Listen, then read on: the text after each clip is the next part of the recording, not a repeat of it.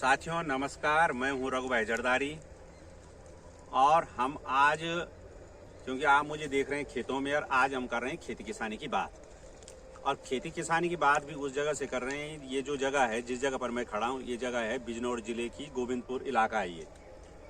और जब हम खेती की बात करते हैं तो पहाड़ी खेती अलग तरह की हो जाती है, मैदानी खेती अलग तरह की हो जाती है। हम पहाड़ से बिलोंग करते हैं तो पहाड़ की खेती और मैदान की खेती में जमीन आसमान का अंतर है। और जैसे कि आप लोगों को पता है कि यदि मैदानों में किसान मेहनत न करें, मैदानों में खेती न हो, तो हमारे पहाड़ में राशन की सप्लाई नहीं हो पाएगी। वैसे आमतौर पर अब ये देखने में आ रहा है कि जो कृषि योग्य भूमि है मैदानों में, वहाँ निर्माण कार्य हो रहा है, हट बन रहे हैं, मॉल्स बन रहे हैं, बड़ी बड़ी बिल्डिंगें बन रही है, रेलवे पटरी बन रही है, और विकास के नाम पर कृषि योग्य भूमि को लीला जा रहा है। लेकिन हम जिस जगह खड़े हैं, ये जगह आप चारों तरफ आप देख सकते हैं, कहीं भी आपको कोई बड़ा निर्माण या उस तरह का कोई दिखाई नहीं देगा। ये देखिए, जिस खेत में मैं खड़ा हूँ, इस खेत में देखो गेहूँ की फसल, और साथ में ये राडा है। ये राडा आप देख सकते हैं, सरसों लाई भी, क्योंकि मिक्स खेती है। कितनी खूबसूरत फसल लहरा रही है, कितनी अच्छी फसल है ये देख सकते हैं आप। और इसी के बगल वाले खेत में जो है, इस पे भी गेहूँ है, ये दूसरी वैरायटी का गेहूँ। और पीछे देखें तो पीछे पेड़ है, यानी कि कृषि और बागवानी की जो कल्पना है उसको आप देख सकते हैं। बगल में उसका खेत है गन्ने का, और गन्ने के खेत के बगल में फिर वहाँ फिर सरसों जो तैयार हो गए, राडा तो देख रहे हैं आप खेत।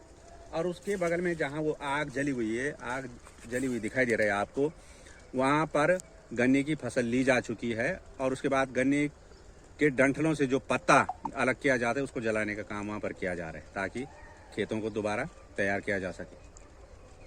वो नलकूप है वहाँ पर, जो वो निर्माण हो रखा है वहाँ पर नलकूप है। नलकूप के माध्यम से यहाँ पर सिंचाई होती है। एक तरीका यहाँ पर मैदान का ये आप देख सकते हैं। उसके आगे वो ट्रांसफार्मर लगा हुआ है, ताकि विद्युत के लिए, नलकूप चलाने के लिए जो है बिजली की जरूरत होती है। उसके आगे वो फिर आप देखिए, उसके गन्ने के खेत वो तैयार हो रखे, गन्ने के खेत। ये सामने ये गेहूँ की दूसरी वैरायटी कोई दिखाई दे रहा है। ये बीच में जो है यूकेलिप्टस, तो यहाँ ही आम। तो मैदानों में क्या है, एक अलग तरह की परिपाटी और अलग तरीके से खेती की जाती है। बीच में खेत है, बगल में गन्ने का खेत है, बगल में सरसों का खेत है, बगल में दूसरी फसल का खेत है, और साथ में आम है, यूकेलिप्टस है। अब यूकेलिप्टस इसलिए भी है कि एक तो वो खेतों की ओर दीवार का काम करता है, जंगली जानवर या दूसरी चीज़ से रोकथाम का काम भी करता है। और साथ में यूकेलिप्टस को जो है, ये यूकेलिप्टस के पेड़ आपको जो दिखाई दे रहे हैं, यूकेलिप्टस जो है इसका व्यापारिक कटान भी होता है। ये इसकी लकड़ी जो है बेची जाती है निर्माण कार्यों के लिए। तो एक पंथ दो काज, कृषि और बागवानी का बेहतर नमूना देखना है तो ये हमारे आसपास आप देख सकते हैं। यहाँ पर ये चारों तरफ गन्ने के खेत, सरसों के खेत, गेहूं के खेत, यानी कि गन्ना, सरसों और गेहूं की फसल उग रही है। और साथ में ये जो है यूकेलिप्टस, आम फलदार पेड़ है, तो फल के लिए आम हो गया, व्यापारिक लकड़ी के लिए यूकेलिप्टस हो गया। तो कुल मिला के आप ये देख सकते हैं किस प्रकार से चारों तरफ यहाँ सुंदर सुंदर यहाँ खेत हैं। और ये खेत मन को कहीं ना कहीं हर्षित करने वाले हैं। और चाहे कुछ भी, हम चाहे कितना भी विकास कर लें, कितनी भी बड़ी बड़ी बातें कर लें, खाना आखिर में जिंदा रहने के लिए हमें जो है अन्न ही है। और अन्न हम तभी खा पाएंगे जब जमीन रहेगी, कृषियों की भूमि, और जब जमीन रहेगी और उस जमीन में खेती करने वाला किसान रहेगा।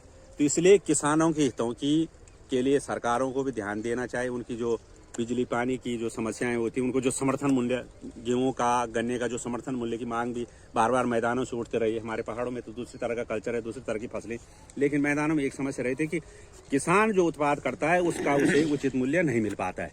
तो सरकारों से ये उम्मीद की जानी चाहिए, केंद्र और राज्य की सरकारों से, कि किसान जो उत्पाद कर रहा है उसका उसे समर्थन मूल्य सही प्रकार से मिले, यानी कि उसके उत्पाद का उसे सही लाभ मिले, सही दाम मिले, ताकि उसकी उन्नति भी बनी रहे।